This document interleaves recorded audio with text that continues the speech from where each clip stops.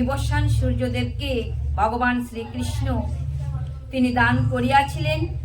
কালের বিবর্তনে সেই শ্রীমদ্ ভগবদ গীতার জ্ঞান লোপ পেতে চলছিল।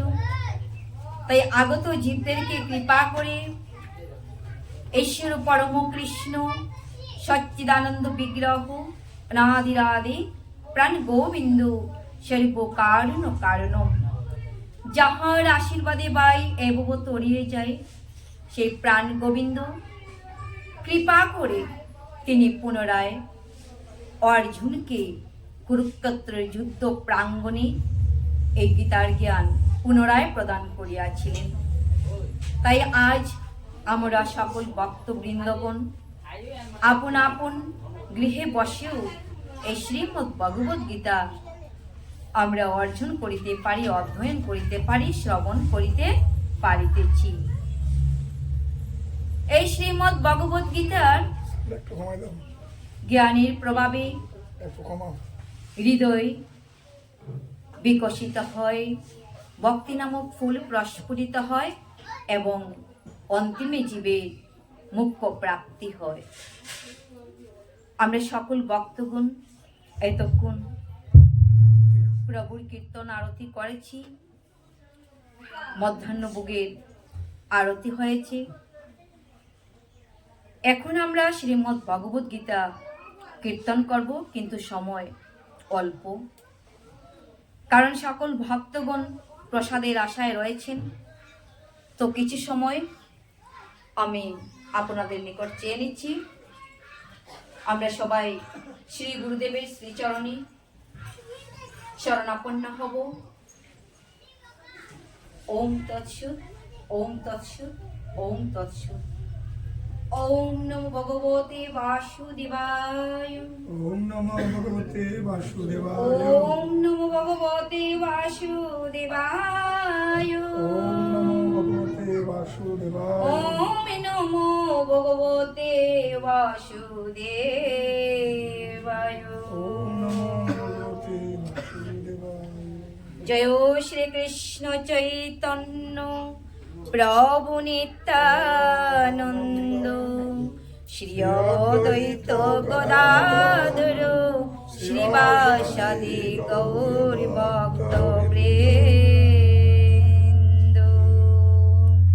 গুরু ব্রহ্মা গুরু বিষ্ণু গুরুদেব মহেশ্বর, গুরুরেব পরম ব্রহ্ম তস্मै শ্রী গুরুবে নমঃ। হে কৃষ্ণ করুণা সিন্ধু দীনবন্ধু জগৎপতে, গোপীশ গোপিকা কান্ত রাধা কান্ত নমস্তুতে। তপ্ত কাঞ্চন গৌরাঙ্গী রাধে বৃন্দাবনেশ্বরী, বৃষভানুসুতে দেবী প্রণমামি হরিপ্রিয়ে। ওম নমো ব্রাহ্মণো দেবায় গো ব্রাহ্মণ হিতায় চ জগদিতায় শ্রীকৃষ্ণায় গোবিন্দায় নমো নমঃ। পাপহং পাপ করিমহং পাপ আত্মা পাপ সম্ভব, ত্রাহি মাম পুণ্ডরীকাক্ষু সর্ব পাপ হরো হরি। কৃষ্ণায় বাসুদেবায় হরয়ে পরমাত্মনি প্রণতো ক্লেশনাশায় গোবিন্দায় নমো নমঃ। শ্রী কৃষ্ণ হৃদয় মে গীতা সংসারে মূলো নাশিনী, জ্ঞানম ভক্তিম মুক্তিম দাত্রীম গীতা দেবী নমস্তুতে। পাপহং পাপ করিমহং পাপ আত্মা পাপ সম্ভব ত্রাহি মাম পুণ্ডরীকাক্ষং সর্ব পাপহরো হরি। নারায়ণং নমস্কৃত্য নারীং চৈব নরোত্তমং দেবীং সরস্বতীং ব্যাসং ততো জয়মুদীরয়তু। ওম বৃন্দায় তুলসী দেব্যৈ প্রিয়াयै কেশবস্য চ বিষ্ণুভক্তি পদে দেবী সত্যবত্যৈ নমো নমঃ। হরে কৃষ্ণ কৃষ্ণ কৃষ্ণ হরে হরে, হরে রাম রাম রাম হরে হরে। হরে কৃষ্ণ কৃষ্ণ কৃষ্ণ হরে হরে, হরে রাম রাম রাম হরে হরে। হরে কৃষ্ণ কৃষ্ণ কৃষ্ণ হরে হরে, হরে রাম রাম রাম হরে হরে। স্বয়ং ভগবানের মুখনিসৃত বাণী জীবের নিস্তার হেতু নন্দসুত হরি দরাদামে প্রকাশ হলেন গুরুর উপদেশ। আমি অজ্ঞান, তাই আপনাদের নিকট আমি আশীর্বাদ চাইছি। আপনারা কৃতাঞ্জলি পুটে আমাকে আশীর্বাদ প্রদান করুন। এই শ্রীমদ হরে কৃষ্ণ কৃষ্ণ কৃষ্ণ হরে হরে, হরে রাম রাম রাম হরে হরে। বলবো শ্রীমদ ভগবদ গীতা প্রীতি প্রেমানন্দে।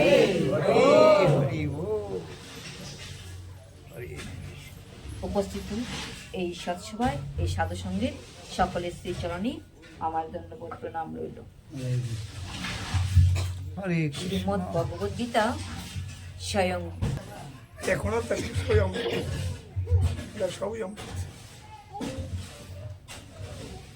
তো যাই হোক, আজকের এই মহতী সভায় এই সাধু সঙ্গে এই শ্রীমদ ভগবদ গীতার আসরে আজ আমরা সকল কৃষ্ণ প্রেম অনুরাগী গৌর ভক্তবৃন্দগণ উপস্থিত হয়েছি। তাই সবাকার শ্রীচরণে আমার প্রণাম নিবেদন রইল।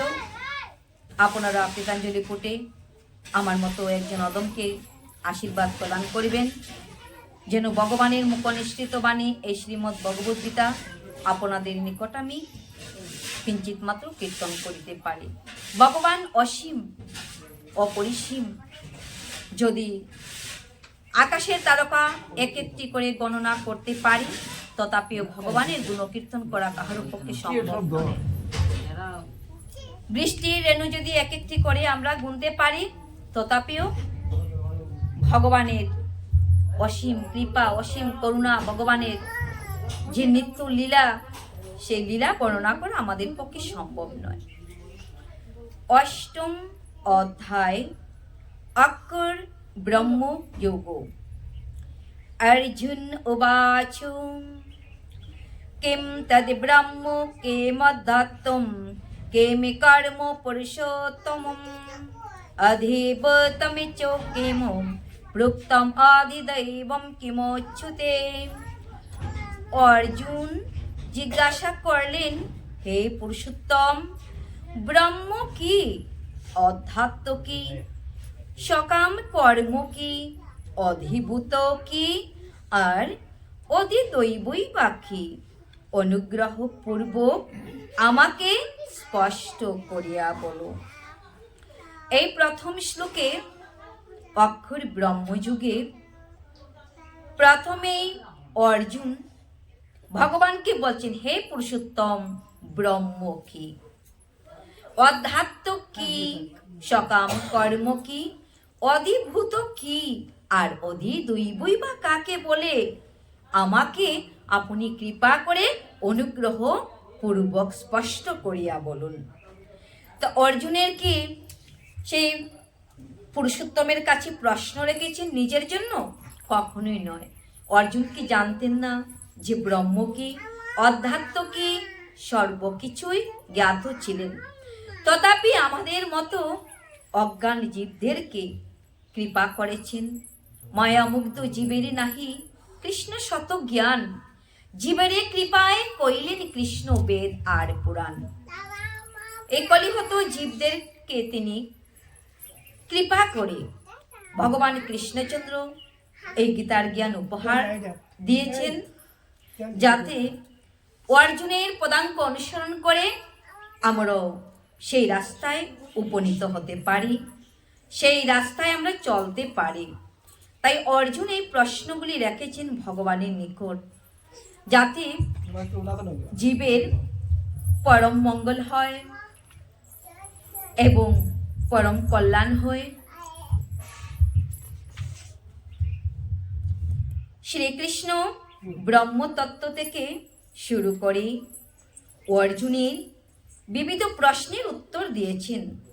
তিনি এখানে কর্ম, সকাম কর্ম, ভক্তি যুগ, যুগের পন্থা, পন্থা শব্দের অর্থ হলো পথ বা রাস্তা, শুদ্ধ ভক্তির ব্যাখ্যা করেছেন। শ্রীমদ্ ভাগবতে ব্যাখ্যা করা হয়েছে যে পরম তত্ত্ব ব্রহ্ম, পরমাত্মা ভগবান নামে অভিহিত হন। আবার স্বতন্ত্র জীবাত্মাও ব্রহ্ম বলা হয়। স্বতন্ত্র জীবাত্মাকে ব্রহ্ম বলা হয়। অর্জুন ভগবানের কাছে আত্মা সম্বন্ধেও প্রশ্ন করেছেন। আত্মা বলতে এই দেহ, আত্মা ও মনকে বোঝায়। তাই বৈদিক অভিধান অনুসারে আত্মা বলতে মন, আত্মা, দেহ এবং ইন্দ্রিয়গুলিকে বোঝায়। তো সেই ইন্দ্রিয়গুলি হলো আমাদের দেহে বিদ্যমান মানব দেহরূপ যে দেহকানা, সেই দেহকানা রূপ মধ্যে সেই ইন্দ্রিয়, 5টি জ্ঞান ইন্দ্রিয়, 5টি কর্ম ইন্দ্রিয় বিদ্যমান রহিয়াছে, যেমন চক্ষু, কর্ণ, নাসিকা, জিহ্বা, ত্বক, বাক, পানি, পাদ, পায়ু, উপস্থ। তাই অর্জুন এখানে ভগবানকে পুরুষোত্তম বলে সম্বোধন করেছেন। অর্থাৎ এই প্রশ্নগুলি তিনি কেবল একজন বন্ধুকে করছেন তা নয়, তাকে যথার্থ উত্তর দানে সমর্থ পরম অধিকর্তার রূপ পরমেশ্বর ভগবান যিনি এই প্রশ্নগুলি করেছেন। প্রেম সে কহো বৃন্দাবন বিহারী লাল কে জয়। তো ভগবান শ্রীকৃষ্ণ যে একজন বন্ধু, অর্জুনের যে একজন পরম বন্ধু, শুধু এটা ভেবে তিনি প্রশ্ন করেননি, প্রশ্ন করেছেন একজন পরম অধিকর্তা রূপে যিনি আমাদের নিকট বিদ্যমান, সেই যথার্থ উত্তর দানে যিনি সম্ভব, উনাকেই করেছেন। 2 নম্বর শ্লোক, অধি যজ্ঞ কর্তম গোত্র দেহস্মেন মধুসূদন প্রয়াণো কালে চ কতম গেওশীন্য তত্ত্বভি। হে মধুসূদন, এই দেহে অধিযজ্ঞ কে? কোন দেহে? এই যে আমাদের এই মানব দেহরূপ দেহের কথা বলা হয়েছে, এই দেহের মধ্যেই তিনি কিভাবে অবস্থান করেছেন, কিভাবে আছেন? মৃত্যুকালে জিতেন্দ্রিয় ব্যক্তিরা কিভাবে তোমাকে জানতে পারে? হরি বল। এখানে অর্জুন বলছেন জিতেন্দ্রিয় ব্যক্তিরা, যারা ইন্দ্রিয়কে জয় করতে পেরেছেন, সেই জিতেন্দ্রিয় ব্যক্তিগণ মৃত্যুর সময়ে কাকে বলছেন? হে মধুসূদন। কেন মধুসূদন? ভগবানকে এক এক স্থানে, এক এক জায়গায়, এক এক নামে এক একজন ভক্ত অভিহিত করেছেন। তিনি একদা মধু নামক দত্তকে বধ করেছেন বলে এখানে ভগবান শ্রীকৃষ্ণকে অর্জুন মধুসূদন নামে অভিহিত করেছেন। তো এই দেহে অধিযজ্ঞকে, এই দেহের মধ্যে তিনি কিভাবে অবস্থান করেন, মৃত্যুর সময়ে আমাদের অন্তিম বিদায় বেলা সেই সময়ে জিতেন্দ্রীয় ইন্দ্রিয়কে জয় করতে পেরেছেন যারা, সেই জিতেন্দ্রীয় ব্যক্তিগণ কিভাবে তোমাকে জানতে পারবেন। 3 নম্বর শ্লোক, শ্রী ভগবান উবাচ অক্ষরম ব্রহ্ম পরমং স্বভাবোত্তমোচ্যতে ভূত ভাবদিবভোকরো বিসর্গ কর্ম সঙ্গেতা। পরমেশ্বর ভগবান বললেন, নিত্য বিনাশ রহিত চিন্ময় জীবকে ব্রহ্ম বলা হয় এবং তার নিত্য স্বভাবকে বলা হয় অধ্যাত্ম। জীবের জড়দেহের উৎপত্তিকর এই সংসারই হল কর্ম। ব্রহ্ম অবিনশ্বর। ব্রহ্ম কি? ব্রহ্ম হলো অবিনশ্বর। সেই ব্রহ্মকে কি করা যায় না? তরবারি দ্বারা ছেদন করা যায় না, অগ্নি দ্বারা পোড়ানো যায় না, বায়ু কখনো শুষ্ক করিতে পারে না, নিত্য শাশ্বত অজেয় অমর। এই ব্রহ্মের অতীত হচ্ছেন পরব্রহ্ম। যে পরব্রহ্ম সর্বজীবে বিরাজমান, অণু হইতে অণু সদৃশ পরিমাণ। একটি চুলের অগ্রভাগকে 100 সহস্র ভাগ করিলে যেমন এই চর্মচক্ষে দর্শন করা সম্ভব নয়, তেমনি পরমাত্মারূপী ভগবান সর্বজীবে বিরাজমান, আমাদের এই চর্মচক্ষুর দ্বারা দর্শন করা সম্ভব নয়। গটে গটে আছেন কৃষ্ণ, কেহ নহে কালী, কারো ভিতর বিকশিত, কারো ভিতর কলি। হরি বল, হরি বল। সাধুগুরু বৈষ্ণবগণ এই আসরে রহিয়াছে, তাই ওনাদের কৃপা পাওয়ার যোগ্য আমরা। তো ওনাদের হৃদয় স্থানে ভগবান পরমাত্মা রূপে ফুলের মতো প্রস্ফুটিত, আর আমাদের অন্তরে এখনো অদ্যাবধি পর্যন্ত কলি রূপে বিরাজমান। সাধুগুরু বৈষ্ণবের কৃপা ব্যতীত সেই পুষ্প কখনোই প্রস্ফুটিত হয় না। গুরু কৃপা বিনা এই পুষ্প প্রস্ফুটিত হয় না।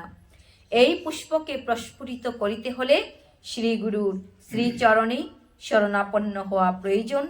শ্রী গুরুর যুগল শ্রীচরণে আমাদের একনিষ্ঠ ভক্তির প্রয়োজন। তখনই সেই পুষ্প প্রস্ফুটিত হবে যখন শ্রী গুরুর কৃপা হবে। পুষ্প প্রস্ফুটিত হয় পুষ্পের বাগানে, আর সেই পুষ্পের মধু অন্বেষণ করার জন্য দলে দলে ভ্রমরগণ ছুটে চলে যায়। রাধে রাধে। আর আজ এই স্থানে, এই মধুর বৃন্দাবনে, নব বৃন্দাবন ধামে ভগবানের যে প্রেম মধু, যে নামামৃত রস, সেই নামামৃত রসের আশায় দূর দূরান্ত থেকে ভ্রমরের মতো ছুটে চলে এসেছেন সকল ভক্তবৃন্দ।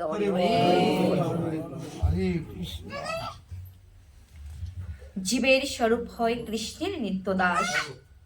তাই ব্রহ্ম বলতে জীবকে বুঝায় এবং পরব্রহ্ম বলতে পরমেশ্বর ভগবানকেই বুঝায়। জীবের স্বরূপ তার জড় জগতের স্থিতি থেকে ভিন্ন।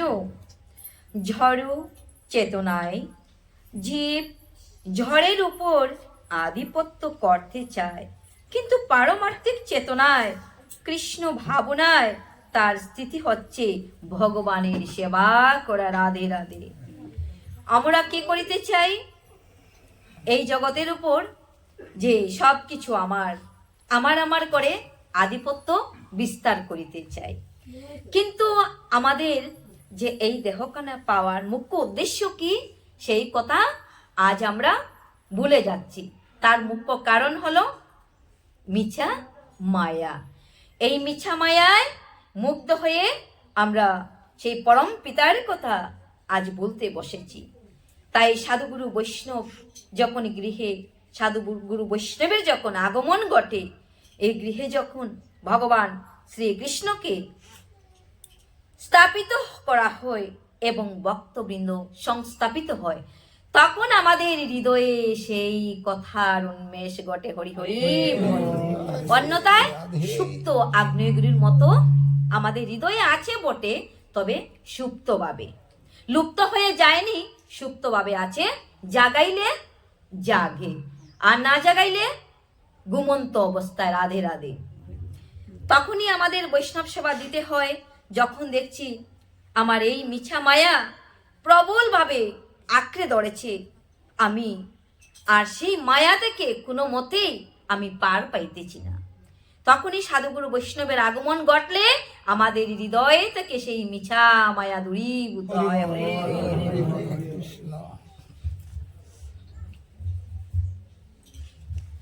বৈদিক সাহিত্যে জীবকে জীবাত্মা ও ব্রহ্ম বলা হয়, কিন্তু কখনোই তাকে পরব্রহ্ম বলা হয় না।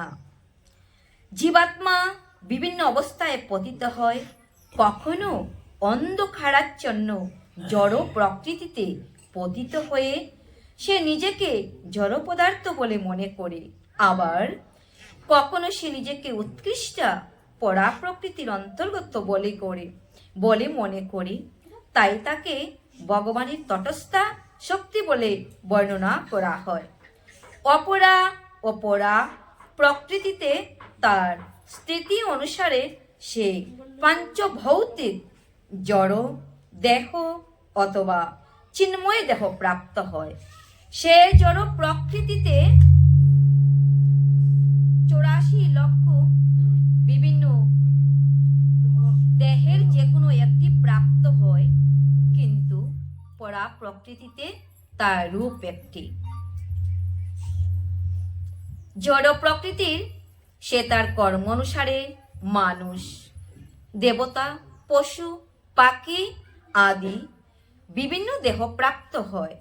স্বর্গলোকে নানা রকম সুখ স্বাচ্ছন্দ্য ভোগ করার জন্য সে কখনো কখনো যাগযজ্ঞের অনুষ্ঠান করে, কিন্তু তার সেই পুণ্য কর্মফলগুলি যখন শেষ হয়ে যায়, তখন সে এই পৃথিবীতে পতিত হয়ে আবার মনুষ্য দেহ ধারণ করে। হরি হরি।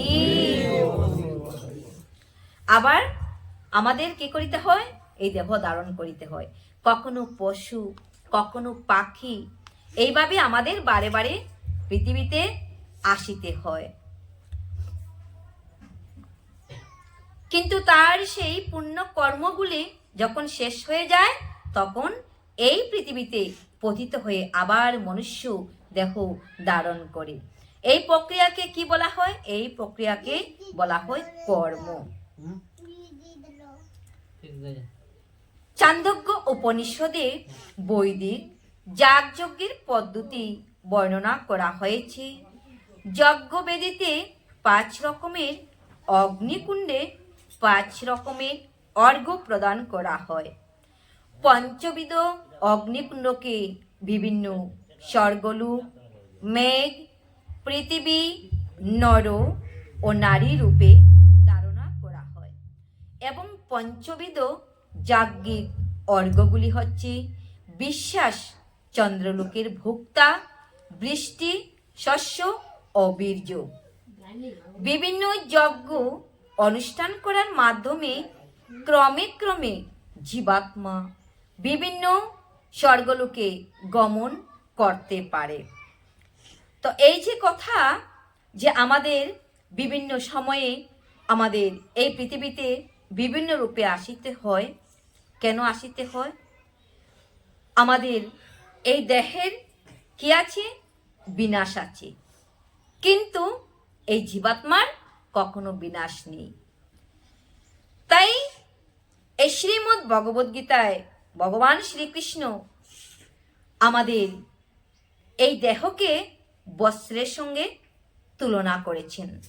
বাসন্সি জীর্ণানি যথা বিহায় নবানি গৃহ্ণাতি নরোপরাণি তথা শরীরানি বিহায় জীর্ণানি অন্যানি সংজাতি নবানি দেহি। অর্থাৎ এই বস্ত্র যেমন নূতন থাকতে আমরা তাকে খুব বেশি ব্যবহার করি এবং পছন্দ করি বলেই তো তা আমরা পরিধান করি, তাই তো? তাই এই যে জীবাত্মা দেহের মধ্যে রয়েছে ততদিনই পছন্দ করে যতদিন এই দেহখানা সচ্ছল বাবা। আর দেহ যখন ধীরে ধীরে সেই বস্ত্রের মতো পুরানো হতে থাকে, জীর্ণ শীর্ণ হয়ে যায়, তখনই এই প্রাণ পাখি এই দেহ থেকে বাহির হতে চায়। রাধে রাধে। ততদিনই ভালোবাসে যতদিন এই দেহটা সচ্ছল থাকে। এই জন্য আমাদের কর্ম অনুযায়ী কখনো পশু, কখনো মানুষ, কখনো বৃক্ষ অর্থাৎ গাছপালা, কীট পতঙ্গ, এইভাবে এই ধরাধামে আমরা ভ্রমণ করিতে থাকি। হরিবল। 4 নম্বর শ্লোক। অধিভূতম করো ভাবো পুরুষশ্চ দৈবতম অধিযজ্ঞম এবত্র দেহে দেহভূতাম ভরো। হে দেহদারী শ্রেষ্ঠ, নশ্বর জড় প্রকৃতিকে বলা হয় অধিভূত। সূর্য, চন্দ্র আদি সমস্ত দেবতার সমষ্টিরূপ বিরাট পুরুষকে অধিদৈব বলা হয়। আর দেহীদের দেহান্তর্গত অন্তর্যামী রূপে আমি অধিযজ্ঞ। প্রেম সে কহ অধিযজ্ঞ ভগবান কে। যে ভগবান এই দেহের মধ্যে তিনি অধিযজ্ঞ রূপে বিরাজমান। এবার বিশ্রাম দিলে ভালো। রাধে রাধে। পাঠে বিশ্রাম দিলে ভালো। আচ্ছা, আচ্ছা। বেলা হয়ে যাচ্ছে। 5 নম্বর শ্লোক। অন্তকালে চ মামি বিস্মরণ মুক্তা কলেবরম য প্রয়াতি স মদ বাবুম জাতি নাস্ত্যত্র সংশয়। মৃত্যুর সময়ে যিনি আমাকে স্মরণ করে দেহ ত্যাগ করেন, তিনি তৎক্ষণাৎ আমার ভাবি প্রাপ্ত হন, এই বিষয়ে কোনো সন্দেহ নাই। প্রেম সে কহ ভগবান কৃষ্ণচন্দ্র কে। শ্রীমতী রাধা রানী কে। আজকের আনন্দ কে। হলো কৃষ্ণ প্রীতি প্রেমানন্দে। গুরু গোসাইয়ের আজ্ঞা অনুসারে আমরা এই 5 নম্বর শ্লোকেই আজকের জন্য বিশ্রাম হলো, কারণ সময় সংকীর্ণ,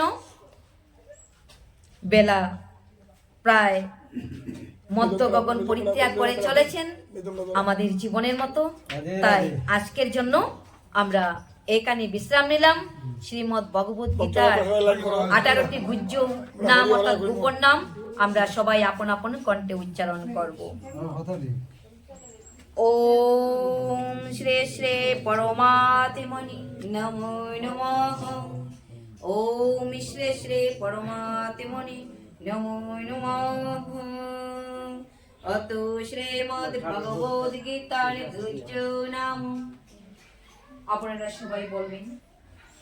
গঙ্গা, গীতা, সাবিত্রী, সীতা, সত্তা, পতিব্রতা, ব্রহ্মাবলী, ব্রহ্মবিদ্যা, ত্রিসন্ধ্যা, মুক্তিগেহিনী, আর্তমাত্রা, চিদানন্দা, ভাবগ্নি, ভ্রান্তিনাশিনী, বেদাত্রয়ী, পরানন্দা, দত্তার্থ জ্ঞান মঞ্জুরি।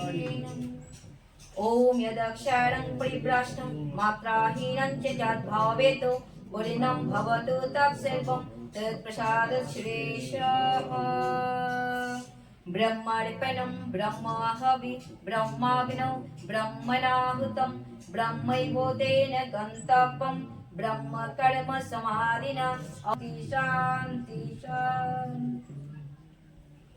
सर्वसाधु হরে কৃষ্ণ। জীবের স্বরূপ সর্বসাধু